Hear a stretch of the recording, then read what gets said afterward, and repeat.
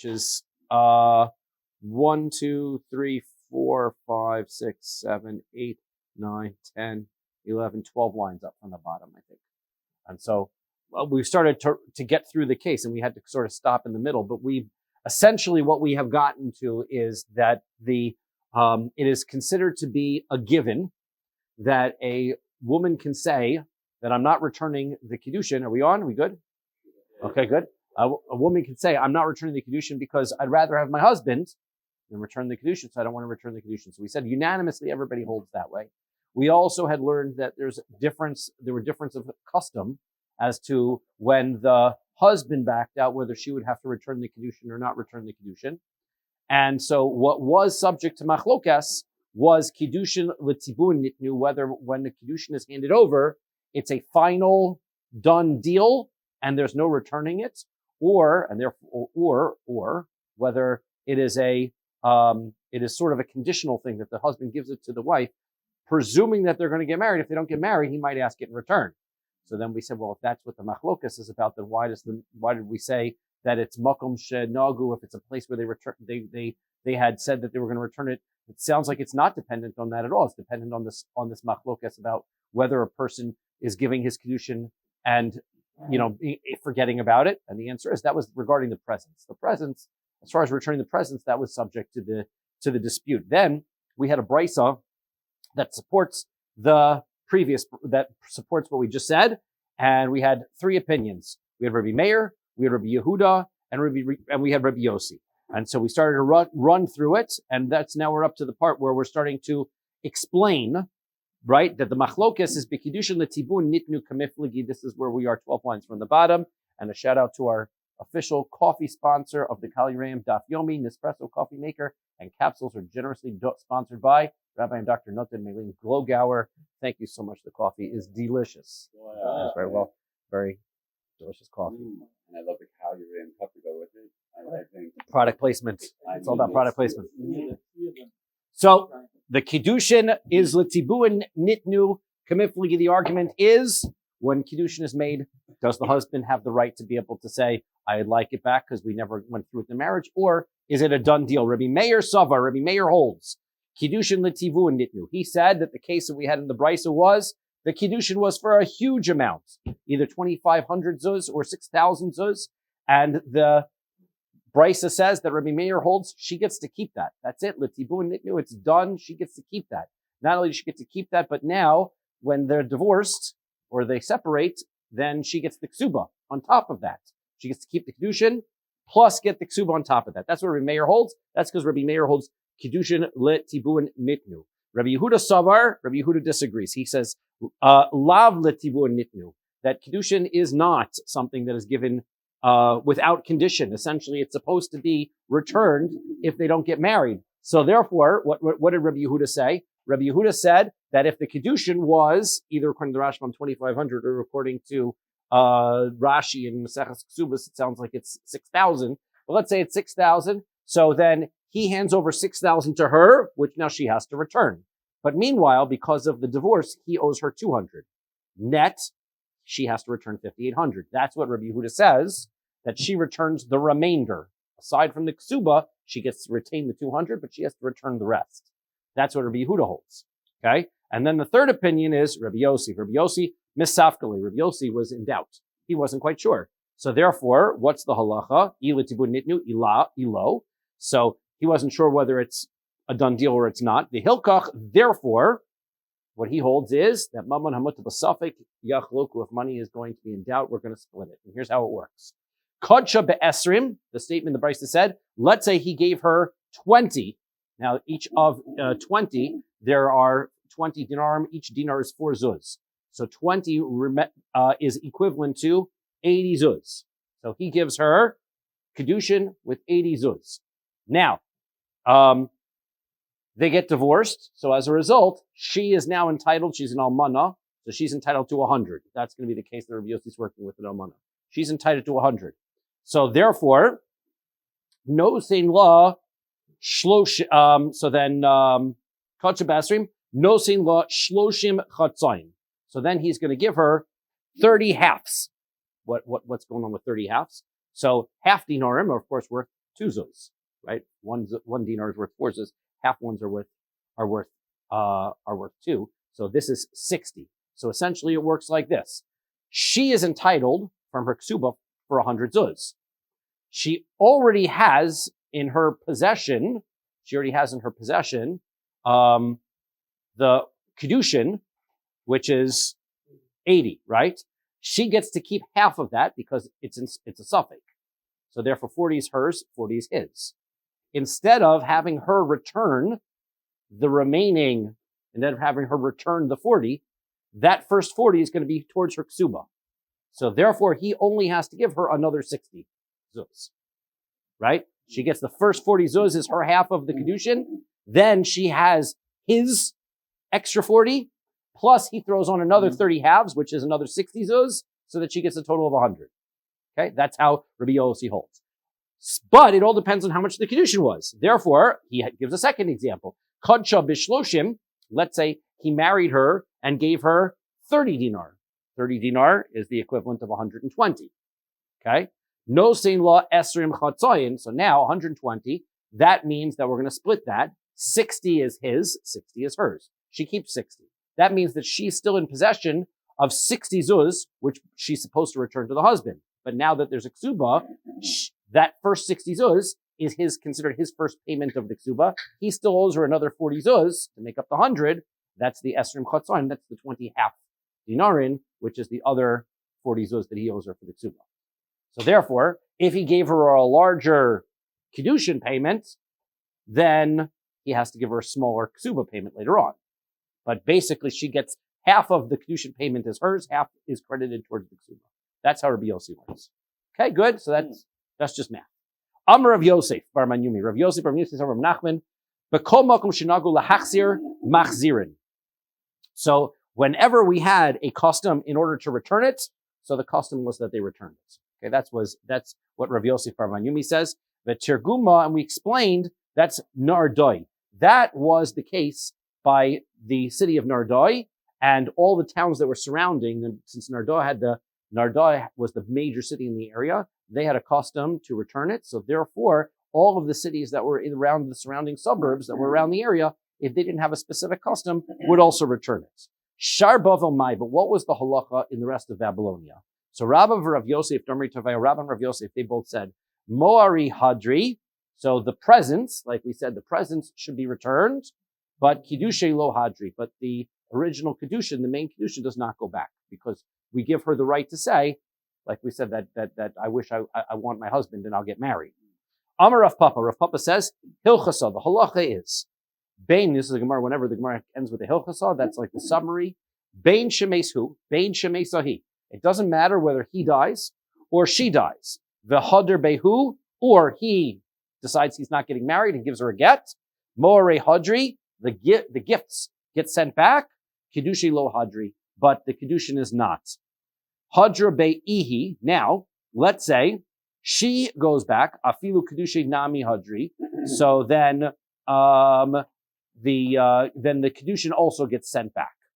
Amemar Amar Kiddushin Lo Hadri, you know what? We never return the Kiddushin, and he has a good reason why, right? The reason why we never return the Kiddushin is because Gzeira Shemar Yomru Kiddushin Tofsin Ba'achosa. We're concerned.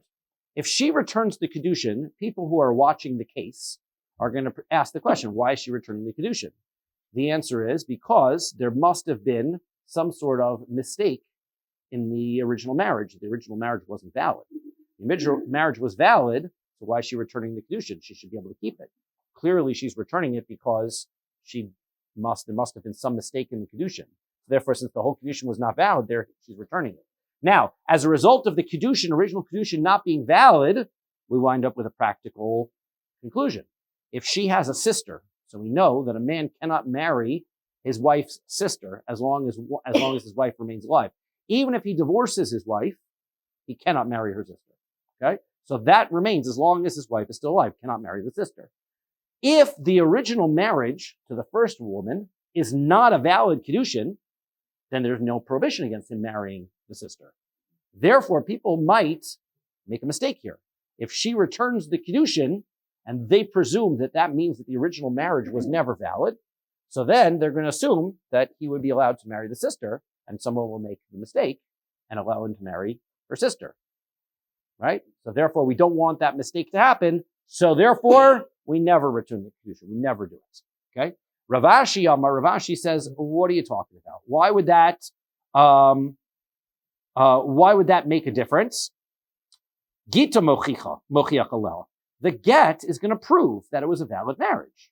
At the end of the day, what are you going to say? She returned the kedusha, therefore there's no valid marriage. Well, then why did he give her a get? If he had to give her a get, that means there was a valid marriage, right?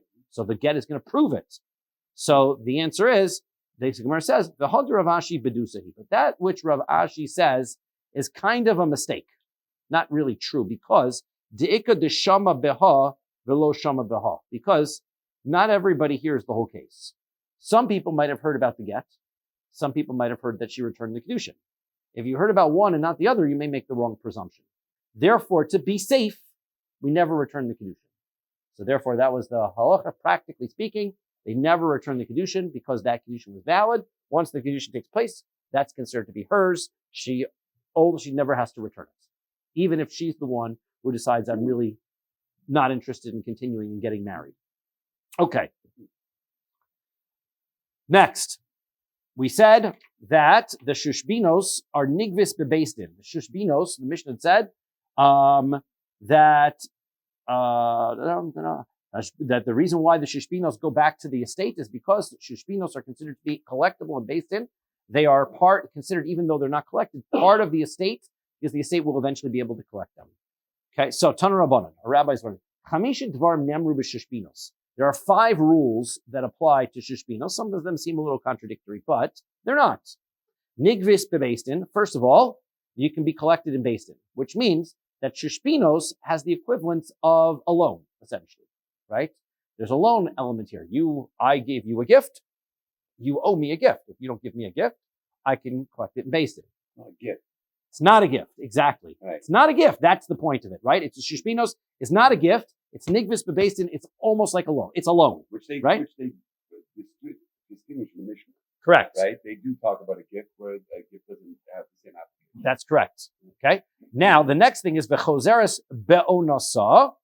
The next thing is that they are. It's so weird because there's no document, there's no shtar. That is correct, right? You only have to return the obligation for the shushbinos only starts at the right time, meaning when the other person's getting married. He can't say, well, I want my shushbinos back, right? It's been 7 years since you got married. I'm not getting married, so give me my shushbinos. Doesn't work that way. Shushbinos is only collectible upon marriage, right? When the person gets married, then it's collectible. The ein ba mishum ribis. Third of all, there's no problem of interest. Normally, when there's a loan, if I give you something and then you return that thing back to me with more, that's illegal. We had an example on Yom Tov. I was at my parents' for first days of Sukkot, and we forgot potatoes. And we're getting ready to make the cholent for Shabbos. It was the 3rd day Yom Tov, and we need potatoes. So we went around the neighborhood. We knocked on a couple of doors. The rabbi had some extra potatoes. We borrowed 11 potatoes, right? We borrowed 11 potatoes and made a cholent. We had the cholent was delicious, but I told my parents, right, who would have to return the loan, you have to return 11 potatoes, right? If you buy a big bag of potatoes and return it, that's ribis, right? You borrowed 11 potatoes and now you're returning a big bag of potatoes. That's ribis. You can't do that. So that's it. Yeah. So that's it. You have to be able to, you have to approximate at somebody. The answer is when it comes to items that are sold by, let's say, type, so then they have to be of similar type. You can't make them, you're right, it's not going to be exact. But theoretically, if I borrowed a 5-pound bag of potatoes, I could return a 5-pound bag of potatoes, despite the fact that one bag might have more potatoes than the other one, right? However, it has to be of similar type and quantity. I remember I was in yeshiva and I borrowed somebody's car in order to go to the bank. And I thought I would be nice, and I filled up his tank with gas before I returned the car to him, and he was furious at me. And he came over to tell me that it was we were violating ribis, and it was a terrible situation. I'm not quite sure whether that's exactly luck, but it makes good sense. Could be a big problem, right? So you have to remember that when it's a loan, I have to return exact, but that's not how it works with shushbinos. Why? Because Shishbinas is not exactly a loan in that way. Why? Because what I'm giving, I'm expecting, and it's understood at the outset that what I'm giving is not going to be matched precisely. There's an understanding that it's a gift and that you might give a little bit more when you return it. Okay? But it can't keep less. So that's by rule of Shishbinos, we have not learned anything about the ability to be able to give less or more or how much the Shishbinos can have to be. I don't know that you can't give less, but it has to be reasonable. Right. That's the thing. Like, how did you? Because otherwise, if you don't give, it seems to me that should be equal, because otherwise, how are you repaying the loan? That's what's going right? How does the state make a claim when you can say, well, you can pay less, but you have to pay something? How do you evaluate? That's correct. So let's assume, but it's an assumption. We'd have to look inside the halachas. I'll see if I can look it up and see practically what the halacha might be. But you could definitely pay more. It's not a problem of ribis. And v'ein hashvius misham tasa. Next halacha is normally the Shemitah year, every 7 years, all loans are canceled. But this loan is not canceled. Why isn't it canceled? Because when we have a loan, let's say, for example, the Gemara Maseches Makos tells us a case where somebody borrows money and says, I'll pay you back in 10 years. So Shemitah does not cancel that loan. Why? Because Shemitah only says any loan that a person owes me, I cannot go to collect. Lo yigos is a prohibition against collecting it. If the loan is not owed yet, because it's not due, then Shemitah doesn't cancel it. What if you owe someone money in 10 years for the loan and the person does it in that 10 years? Then his heirs can collect it, right? So this though is telling us that that since it's not owed until the person gets married, if Shemitah comes in between the first marriage and the second marriage, Shemitah does not cancel it. There's so many rules about like a milve and a loive and a star and two aiden. Yes. So all that with this is out the window. Does not seem to be applicable, right? Doesn't seem like there's a star or witnesses. Or I guess there are witnesses to the Shishbinas. Theoretically, people are at the wedding, but no, it's your personal obligation. Yes. Right. No, but you're right. There's no structure to this loan. Like It's it's a friendly gift return, right? I promise to return. And the last halacha is number 5. The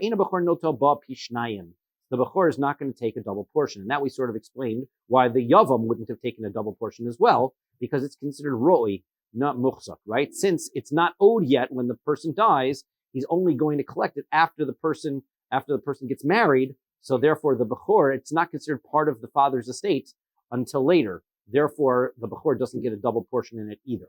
Okay, so those are the rules. Nigvis bebeistin, my taima. Why is it? So now we're going to go through all of these. Why is it that it can be collected in beistin? Kamil v'dam. It's like a loan. Vein b'mishum ribis. It's not ribis. Delava data dachiyavu, because he didn't give it to him with the intent of getting the exact item back. V'ena shvius misham tasa. Shvius does not cancel it. Dero karina be lo yigos, because it doesn't fall under the categories we said of lo yigos. There's no collection. It's not due yet. Veina bechor notel pishnayim, and a bechor doesn't take a double portion, dahavale roi, because it's considered to be what is, it's speculative, right? It's speculative. It's not money that's in the estate. Veina bechor notel beroi kiba muchzak, and the bechor doesn't take that which is speculated, not part of the estate exactly. Amar Rav Kahana says, Klala de Shushbinisa. These are some of the general rules of Shushbinos, since we're wrapping up the category. Hava b'masa. Let's say the person lives in the same city as his friend. Okay? Iboy leila mesa. He's got to make an effort to show up to the wedding.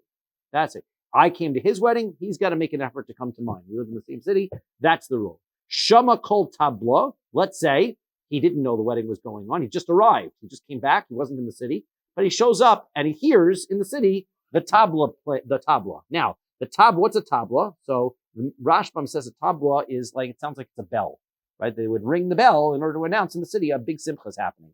But I saw Rabbi, I think he's doctor, I don't know if he's Rabbi, Henry Abramson has an interesting 2-minute video on history and the Daf Yomi, and I like to watch this stuff when I get a chance. It's very interesting. And he says the tabla, what is the name in Arabic, and it's actually in Indian culture, of a type of drum. And so, right, you've seen these things? So the tabla drum, so it's probably a musical instrument that they were playing at the wedding. So he's in the city, hears the music coming from the hall, so then, Iboy le mesa. he should show up, right? You find out. It doesn't matter how you find out the wedding's going on. You just walked into town. You hear there's a wedding going on. Show up. Lo shama kol tabli. He didn't hear about the music. Iboy le leodiyeh. Then he should be notified. He should have gotten an invitation. It's the obligation of the person to tell him you should come to the wedding. Okay, so let's say he forgot the invitation, never got the invitation. So then tarumos islay. So shalume mishalim. So the guy who didn't come to the wedding has a valid complaint, and he can deduct that from the gift of the shishpini. Because why? There was money here I was supposed to get a free meal. I didn't get my meal. So therefore, I'm going to deduct that from my gift. I was going to give you a gift of this amount. Now I'm going to deduct that.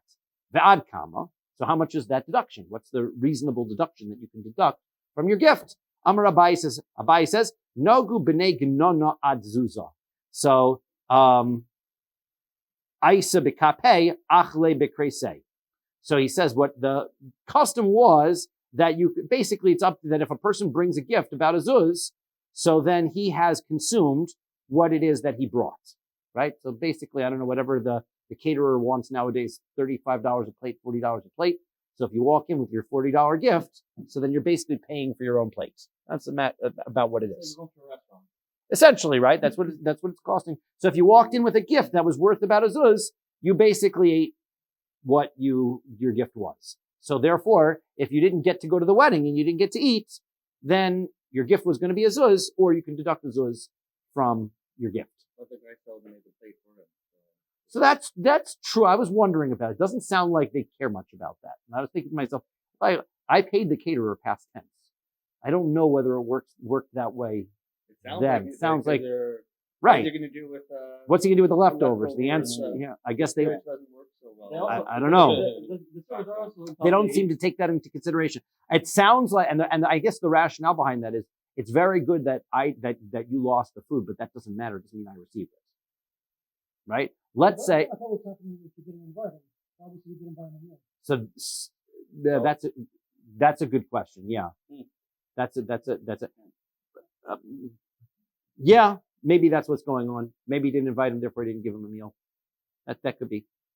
So ad arba mishalim palga. So if he's going to give his gift up to 4 zuz, so then the value of what he would have eaten is half of that. Now we just said the meal is of a zuz. The answer is you bring a nicer gift, they give you nicer food. That was how it was, right? So they give you the extra nice food. And everybody who shows up, right, they would sit you at the kids' table and you eat the hamburger and the French fries. But if you brought the nice gift, they moved you over to the steak table, and that's how they did it. That was how the weddings, the custom was. Mikan ve'elach, afterwards, and once you get into the larger gift amounts, so then inish kichashivu say. Then everybody has to evaluate based on the wealth. Now, I'm not sure who his wealth is, whether that means the person who's getting married and how much he would have fed the person, and that's or whether you are evaluating how much the gift would have been and therefore how much they would have respected and how much would have fed him. But in any event, there's a calculation that has to be made based on the amount that the person would have eaten in the gift and can deduct that from the gift. Tana Rabbanan, Rabbi's one. Also, imu bepumbi. Let's say, this is where one of the questions we started off with 2 days ago, we're asking the parameters here. Let's say he makes the wedding in public. Ubikesh lasos imo betzina. Now the guy wants to reciprocate. He wants to have a private, quiet wedding. So Yachol Lomar Lo, he can say, Bepumbi Asay Imach Kedera Shetzisimi. I want to be in public. I want my gift to be returned publicly. I want you to see it. So therefore, I'm not returning my shishpinos except if your wedding parallels the wedding that parallels my wedding. Right? He has that right. The person who's returning the shishpinos has the right to request that the weddings be parallel. Well, which are you chayav shishpinos for both of them? So then you have to ring for both of them. Yeah, so that's right up. Asa imo bibesula. Let's say he was the shishpinas by a first wedding. Ubikesh lasos imo be'almana. Now he wants to return him back, and he's getting married to an almana, her second marriage. I don't want that. I wanted to be able to celebrate with you at a wedding with a besula, so therefore he can also back out the shishpinos in that way. Again, he can request that the celebrations be parallel. Let's say it was the first guy invited him as a second wedding, and now he's inviting him to be his shishpinos at his first wedding.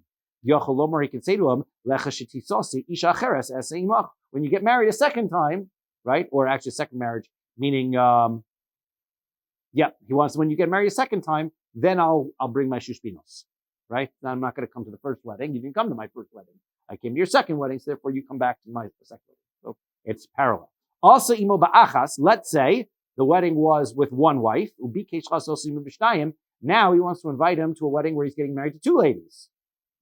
It's like Drake or something, right? So, Yacholomar lo, he should say to him, ba'achas imach kederch shasisa imi. He says, no, I wanted to only return the shushpinos if you were getting married to one person. Why? Because weddings with two wives are not nearly as happy as weddings with one. Clearly, there's a little tension going on there. And so, therefore, not nearly as happy. So, therefore, he can request that his gift be given back in a similar way. Yes. So, so he says here, let's see. How about his one son who's marrying our money? So he could say, he doesn't have an obligation to go back. Sorry? If the person he's returning his son's marrying our money. That's his only kid. Yep. Marrying our money. Then he doesn't have to return. Sounds from here like, no, he doesn't have to, because that's not reciprocating. Reciprocating the obligation is to reciprocate in the same way. So he says the Mesif, the way he says, right? Also imo ba'achas is keshenasa isha achas, ubikesh lasos imo b'shnayim, ve'asa ve'atu mevakish hashushbin shehu bal hasimcha, hasheni mi bal hasimcha, harishon mismoch imo shehu nose shtei noshim zu achar zu. He's marrying two women, one after the other. Now, maybe you're right. Maybe I'm not reading into that as that was a double wedding, or whether he wants half of the shushpinos for each of the wives. He wasn't even asking for more, but he wants half for each one. So the answer is no. That's not the type of wedding I want to be involved in. Why should the other person have a veto of what size this, that? That's right, yeah. Steak, chicken, or how far does it go? Right, That's but right. he has to go Flowers back are to artificial. I want real flowers. That's a good point. Yes. What degree the linen is not to my liking? Yeah. So the Gemara has given us some general principles. It sounds like if the wedding is it has to be of significant difference, right? I'm not sure whether you're right. If you could say, well, you got married in that hall and I'm getting married in that hall, so it's not the same thing, right? It has to be it sounds like it has to be of significant difference, but nevertheless, something of significant difference, he can get up and say, hey, I don't think this is equivalent to them. But if it's a loan, public, private, let's go with that. Yeah, it's a public Why loan. would it matter if you owe the person money that's a loan? How would that negate a business transaction? Sounds like he one collected person when wants he's dead. more of a If he private dies, when he dies, he can collect it anyway. It sounds like if it doesn't get paid out because of for the simcha, you can get paid out. No, but the son needs the money, so then now they don't want it. Right. You guys borrow money. This guy's 99 years old. Mm-hmm. So now he just passed away. So first it could be there's no way he's going to marry a person anyway because he's a married. Then the estate's enough for him. Because it's going to be a very different type of marriage, you're saying? Right. That could be the case. But we're like, talking normal to this guy's getting married. The shushpining idea is, this is my first wedding, and then invite me back, and I'll give you it at my wedding. But they're supposed to be parallel type weddings. That's the idea, right? Again, didn't look up exactly what practice. You said your family was very mocked to be able to make sure to be able to do it. Right. Right. Everybody was very careful. Right. So I would like to. I don't know, and I didn't see it in my family. It wasn't that was correct to do. I'm gonna take a look and see. Halachically speak, maybe that's one of the reasons why it's not so done, is because it's very difficult to ultimately nowadays to equate and say this wedding is the same as this wedding, and this one has 200 guests, so this one has 500 guests. Correct. It's very hard to be able to evaluate that. Could be. Yep. Okay. Now, Tana Rabbanan, our rabbis learned Asir Nichsin, Asir Pumbi. Now, the Gemara is going to go on a little bit of a tangent here. Those are always fun. When we've got the word Pumbi we use the word Pumbi. That's the basis of this tangent. Pumbi means public. Okay? So now there's a saying that a a rich person in Asir Nixin, a rich person who has lots of possessions, and he's rich in public, meaning he's got public properties. He's got houses and land, things that people all know about. So then when people make that kind of a statement about a person, Zehu Baal Haggados, that is somebody who is very good at understanding Agadah. Agadah are the stories, the Midrashim, right? Why? Because you could show up anywhere and tell an Agadah and everybody wants to hear your drasha. You have, right? Those are the exciting shiurim, right? Mm-hmm. Rabbi Dr. Kiva Tatz on his way, Sunday, right? He's going to be able to show up. He can come in and everybody's going to want to hear what he has to say because he's going to tell stories. He's going to be able to interpret Midrashim. He's got a speech that is going to be of value to many people, right? That's it. Asir Saloyim, Asir Tekoa. Let's say you've got somebody who is rich with coins or rich with oil. Tekoa was a region that was very famous for its olive oil. Zel Baal Pilpul. That is somebody who is very good. That's talking about somebody who's very good at arguing the what do you call the pilpul, the rationale, the arguments back and forth within topics. Because, right, there's a certain sweetness or ease of transference. Coins are very easily spendable. Oil it was a delicacy. So there's something very sweet and enjoyable about somebody who can give you a good rational back and forth argument for things. Asir Mashach, Asir Kamas. You could have somebody who is rich in measured items or rich in things that are stored. Zehu Baal Shmuos. That is somebody who has storage in his mind of lots of various teachings, right? The halacha, this person said this teaching, this person said this teaching, right? So he's very useful because his wealth is that if you want to know what the halacha is, you can go ask him, what did so-and-so say? What did people say about it? So that's his rich. Now, hakol tzrichin lemari chati. But some people say, but everybody needs the guy who sells the wheat, right? Everybody can be rich in all kinds of things, but then there's literally the bread and butter, right? The chitiv. Who's that? That's Gemara. That's the learning of Gemara. That is the heart and soul of halacha and Yiddishkeit and all the teachings and everything comes from Gemara. So therefore, all of the other wisdoms and things are wealth and they're beautiful and people love to hear them. But somebody who can really know a Gemara, that's the main thing. Amar Rabbi Zera. Rabbi Zera says, Amar Rav, my dichsiv kol yemei ani roim. What does it mean when we state, this pasuk is in Mishlei, that all the days of the poor are bad? So ze Baal Talmud. That is somebody who learns Gemara. Yes. Baal Gemara, right? So it's very interesting because the Mesivta is notorious for changing the Girsa. There was a period in history when the Christian censors went through Gemara and changed various phrases. The Mesivta, as a Shita, the Mesivta Gemaras, went back and changed all of the texts back to older versions. So the original version was Talmud, but apparently that was offensive to the Christians or whatever because the Talmud refers to teachings and things that may have criticized the Christian faith and things. So therefore they switched the words to Gemara throughout. So I have the word Talmud. So somebody who's learning the Talmud, so that is bad, right? We're going to see, well, we're learning the Talmud. It's not so bad. We'll see. V'tov leiv Mishnah, somebody whose heart is glad and partying, Talmud all the time. Zeh Baal Mishnah, somebody who learns Mishnah. Why? Because, as you probably have experienced, some of these Gemaras can make your head twist, right? You walk out of here going, ow, my head hurts after all that Gemara. But this is the reasoning, the back and forth, the rationale. It's hard. So, okay. So that is what this pasuk is saying. Somebody who's got the hard time learning Gemara all the time is really tough. And somebody who gets to learn the simple stuff, just read through the Mishnah. You're having a sweet life.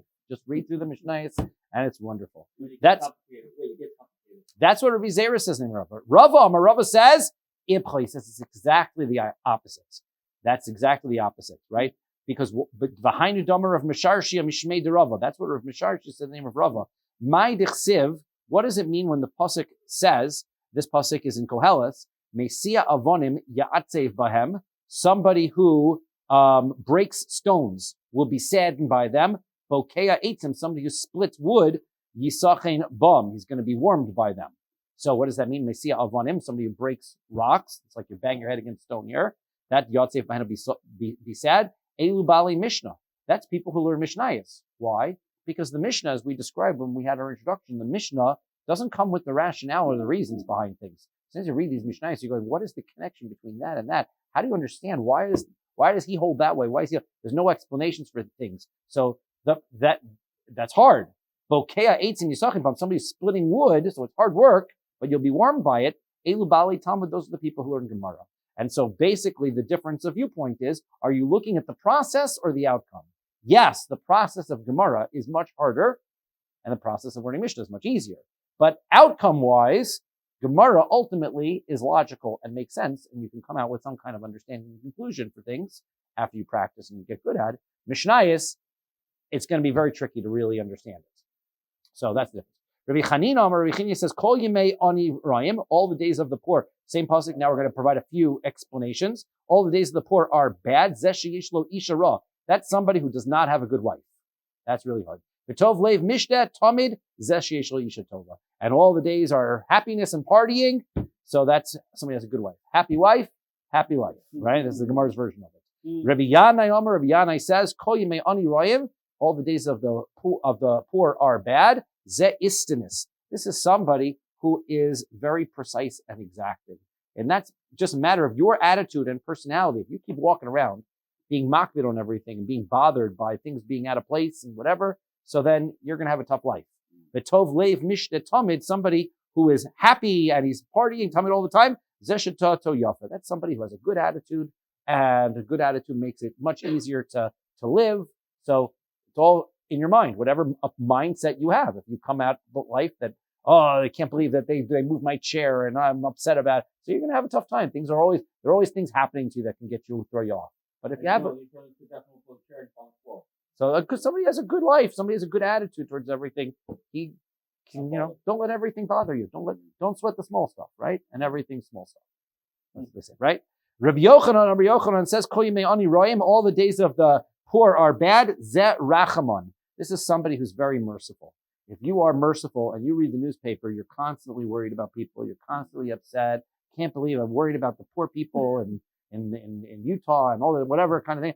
Okay, so the Tov Leiv Mishta, somebody is good and happy all the time. Ze'ach Sari. That's somebody who is tough, right? Doesn't get care all that much, right? So now, what does that mean? Like, that's who you want to be? You want to be somebody who doesn't care about all that much? Yeah, the answer is a balance, right? And ultimately, being too nice and too sweet can make you nuts. At some point, you have to say, that's not in my control, and I'm just going to move on. There's nothing else I can do about that. As the Gemara says there.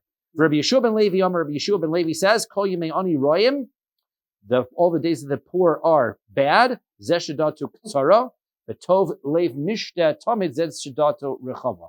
So somebody who has a very miserly disposition, so he's constantly worried, upset, am I going to have enough for everything? And somebody who is generous, so then he's happy and comfortable all the time. V'amar Rabbi Yeshua ben Levi. Rabbi Yeshua ben Levi says, I'm going to take a very,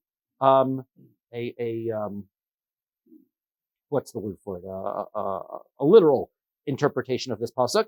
Kol Yemei Ani Royim. How can you say that all the days of the poor people are bad? Sometimes it's Shabbos, sometimes it's Yom Tov, and they get more food on Shabbos and Yom Tov. All the days of poor people are bad. It depends. Some days are good. So the answer is Kiddush Shmuel. It's like Shmuel says, Damar Shmuel. Shmuel says, Shinoi Vesas Techilas Choli. That when you change your routines, you get sick, right? The first time you decide I'm getting up early in the morning, or the first time you decide I'm going to start exercising, it feels miserable, right? So when you're a poor person and you're eating very little, and then you're suffering because you're hungry, then comes Shabbos, and you go and you have a big cholent, you get a stomach ache, right? So it doesn't matter one way or the other way, you're going to wind up getting it. So that's he says all the days are bad. Lose-lose situation. That's what he said. Right, but not if you're a poor person. You can't afford it, right?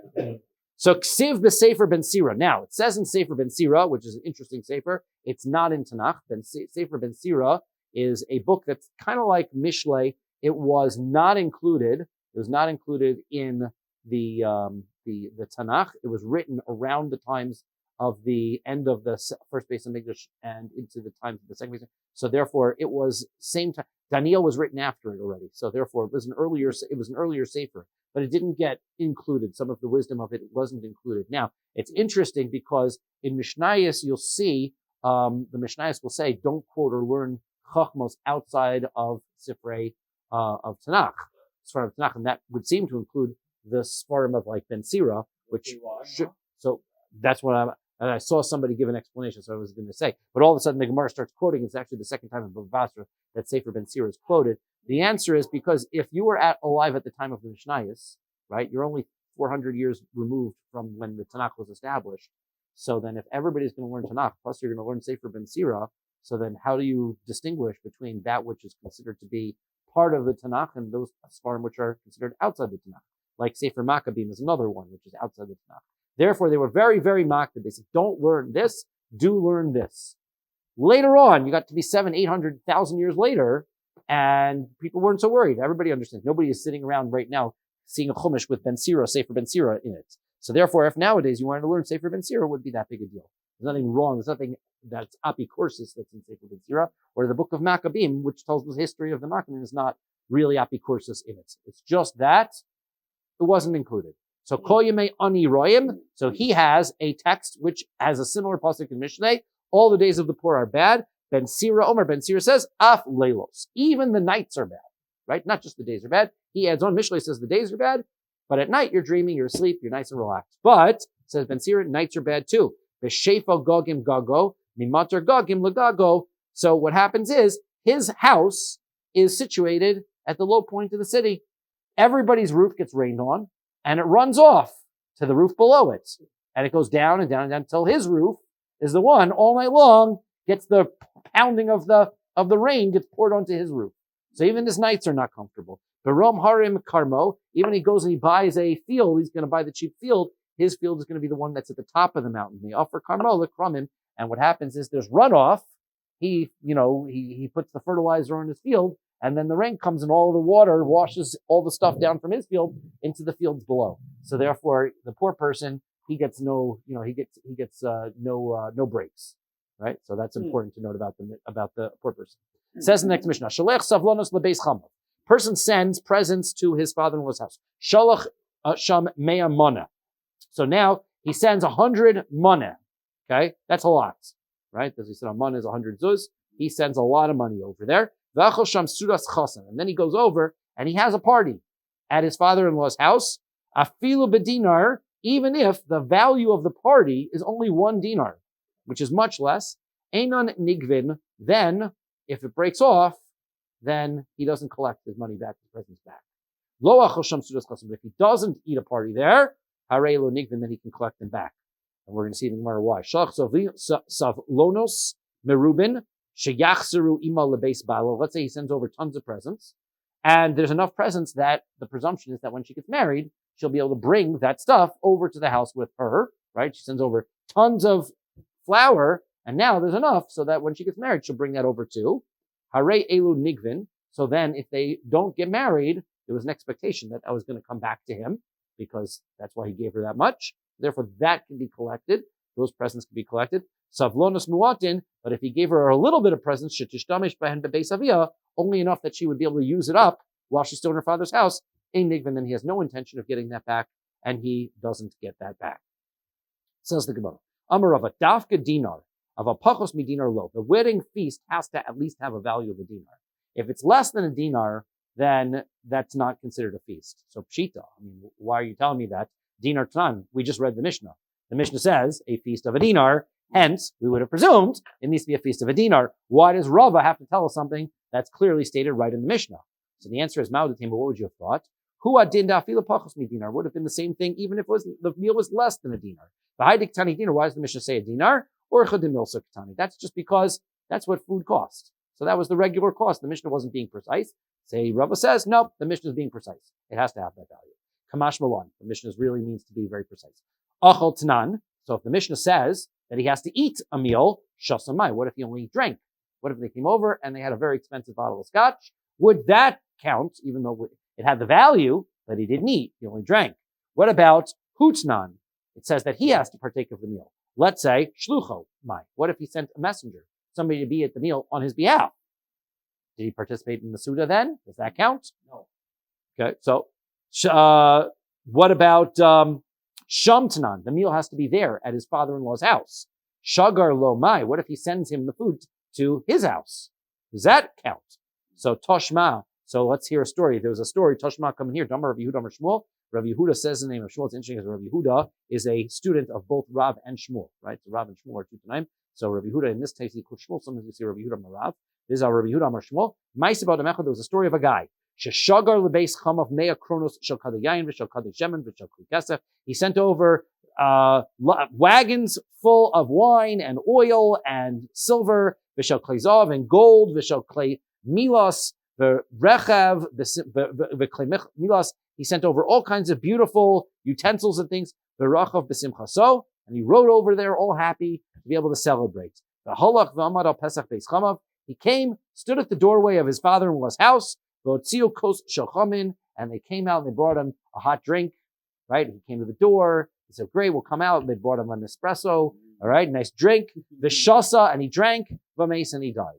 Rashbam says he didn't have to drop dead right there. He went home. He didn't come in. He didn't really have a feast.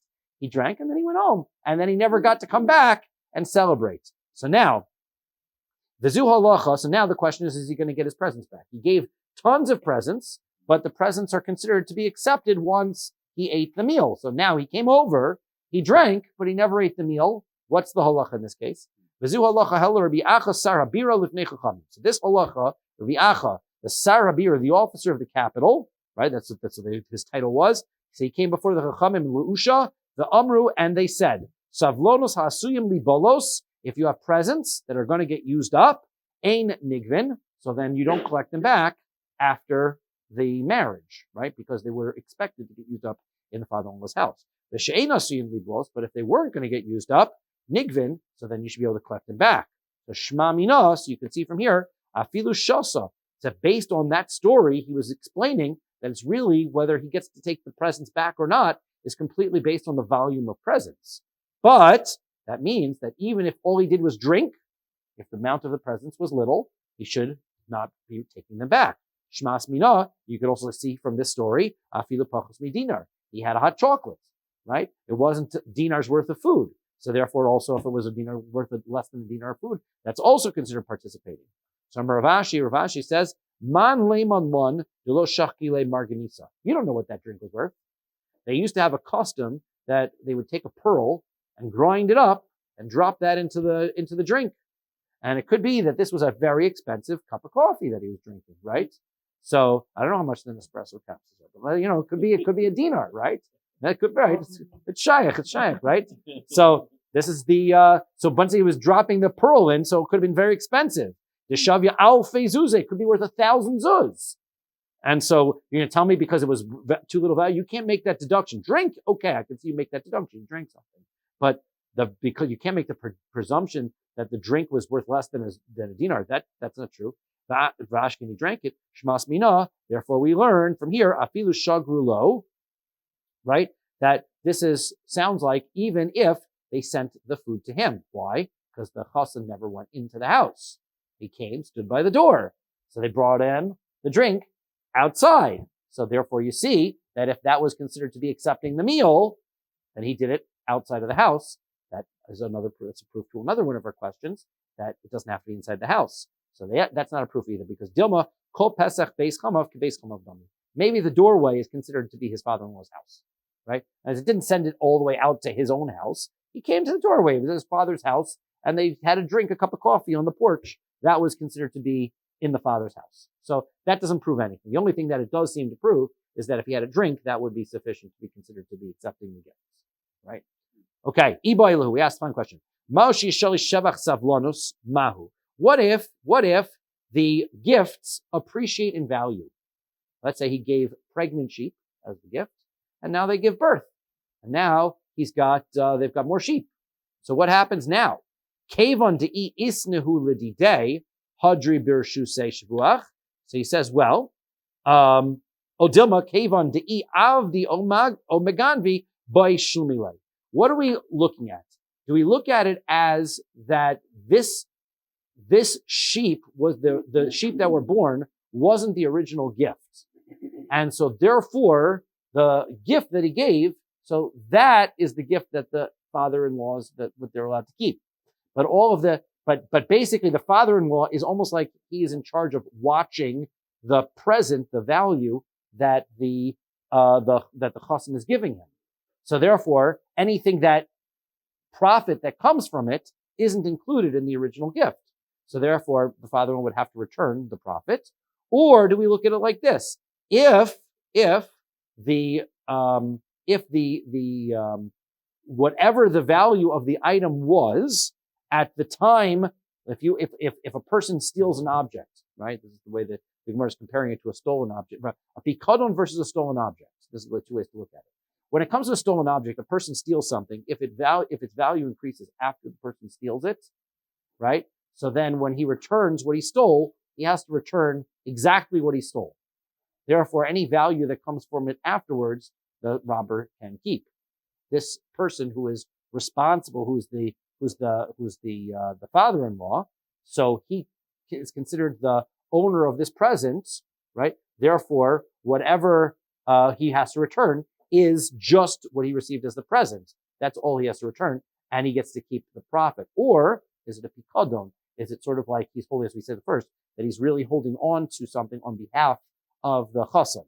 And so therefore, if the chassan gave him sheep, and then the sheep has babies, so he has to return to him everything that came together with the sheep, and he has to return all of it. Okay? So the answer to that is teku. That we're not quite sure about. So we leave that one. We don't have the answer. Boi Rava. We're waiting for our minion. So Boi Rava. Rava asks, Savlonos ha'asuyin libolos velo balu. Let's say, right, we said somebody sends over presents and they should get used up. That's by nature of the present, right? He's going to give him a piece of clothing, and after a year it should be worn out. But it turns out it was a nice year and she didn't wear it all that much, and it didn't wear out. So what happens now, right? Does she have to return it now because it didn't wear out? Or do we say that it should have by natural order of things, and therefore it's hers? But the wedding doesn't happen, right? So does she have to return it because it exists? Or was it presumed that it wouldn't exist and therefore it's really hers? Toshma. This is a halacha again. Rabbi Acha Sar Bira brought before the Chachamim Be'usha, the Amru, and they said, he asked the question and they answered, Savlonos ha'asuyin libalos, if the gifts are going to get used up, ein nigvin, then they're not collected. V'she'ein ha'asuyin libalos nigvin, but if they're not going to get used up, so then they are, then they can be collected. So my love, don't we mean to say afagav de lobolu? It's a present that should have gotten used up, then he doesn't get to collect it. And then if it should have gotten used up, then he can't collect it, even if it happens to be in the circumstance it didn't get used up. Right? Isn't that what we're saying? No. Debalu. All those chachamim minusha, all they meant to say is, if it does get used up, he has no claim to be able to ask for anything back. That's all they meant. They didn't mean that if it's present, if the item is still present, he doesn't get to collect it. There's no proof from that statement. So Tashma will come from or try another proof. Savlonos mu'atin shetishtamesh behen. Our Mishnah says if he gives a small amount of presents, shetishtamesh behen vehi bebeis aviha, she's going to use it, and she is in her father's house. Ein nigvin. So then he doesn't get to collect it back. Tirgama Rava beyava sabachta. He says that is talking about he says that if these are things that they're supposed to be used up in the father's house, then she gets to keep them. It doesn't matter that that there was still something left to be able to collect. The answer to that is Rava explains that case was unique. That case was unique because we're dealing with hair ribbons and whatever other kind of hair coverings. He has no use for them. He doesn't want them back.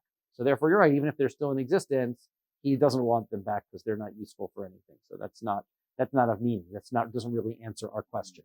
Amar Rav Yehuda Amar Rav said Rav Ma'aseh Ba'al there was a story that happened to a person. Sheshagar bebeis chamav yayin chadash v'shemen chadash. This is unrelated. It's a new question. He sent to his father-in-law new wine and new oil, the kli pishtan chadash, and new linen garments, batzeres, and he sent it batzeres Shavuos time. So the Gemara wants to know, my kamash one, it's a nice story. Who cares? What is the point of that story? What is it teaching us? So ibois ema chashivusa de Eretz Yisrael kamash malan maybe it's telling us how amazing Eretz Yisrael is. Think about when the growing season starts, Pesach time. For you to have wine and oil and garments from what grew from Pesach until now is pretty amazing, right? That really shows you something about how fertile Eretz Yisrael is. Maybe that was the reason for the story, just to tell us. So we use this, we bring it here because we're talking about presents. So this is a present, but that's one of the reasons. V'boy somewhere else I can answer, de'itoin tan say tana. That the reason why is that, let's say he makes a claim, he says, I sent over all this amazing wine and all this amazing oil. And they're going to look at him and say, that's impossible. Couldn't happen. You couldn't have been able to send over all that and new produce and whatever. The answer is, no, he could have, right? That's what the purpose of the story is, that such a thing truly, really happened. Okay? Amar Rabbi Yehuda Marav, Rabbi Yusuf and Rav, Ma'aseh Ba'al Mechel, there's a story of another guy, Shamru lo ishto totronis he. They said to him, your wife, that they told him, your wife cannot smell, right? Your wife smells bad. But not that she smells bad. She just had a bad sense of smell, right? So, right? So that's what they told him. And he wanted to test if that was true. Now, halachically speaking, if it was true, and he wasn't aware of this before, so then he has the right to divorce her without a ksuba, because that's considered a mum, such that she can't cook or prepare food, she can't smell, right? Sorry? That's a mum. That's considered a mum. That's right. That's considered a mum. So now he wanted to know, is it true? Does she really have this problem? V'nichnas achareha lichorva, and so he went after her to a deserted place. Right? There was nobody else around, so he's going to be able to test her. Libodka, his intent was to test. Right? Amar la, he said to her, Reach tznon ani mariach. So the Rashbam says one of two versions of the story. He either took a radish and he put it in his cloak, or he took a date and he put it in his cloak. Okay, one of those two things. So what does he tell her? He says, I think I smell a radish. Okay, and he wants to know what she's going to say. Say, I smell a radish too, or what's going to be? So he says, so Amra, so she said, right? So she says, Amra le, man yohiv lon miksobes di Yericho. I wish I had a date from Yericho, to eat with it, right? So now, according to one version of this is that she was commenting that she smelled his date that he really had, and so she was making a comment back, or else it was that she really didn't smell the radish. Not exactly clear exactly whether she passed the test or she failed the test, right? It makes practical difference in the next, and how we understand the next part of the Gemara. But in any event, Nafal Allah Churba, they're in this, and he's doing this test, and the deserted area collapses. The deserted building they were in collapses. Umesa, and she died.